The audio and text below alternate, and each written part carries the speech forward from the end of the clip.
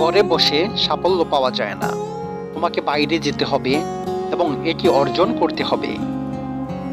হার মেনে নেওয়ার নাম জীবন নয়, লড়াই করে বেঁচে থাকার নামই জীবন।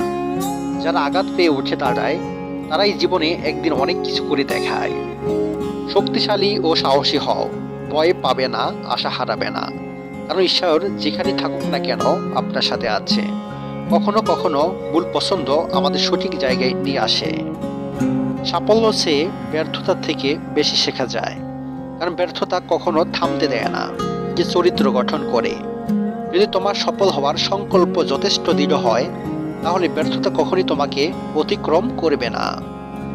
জীবনে কখনো কোনো কিছু নিয়ে অনুশোচনা করা উচিত নয়।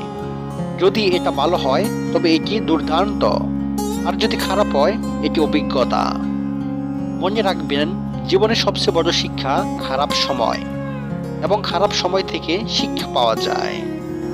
আপনি আজ যা করবেন তার উপর নির্ভর করবে ভবিষ্যৎ।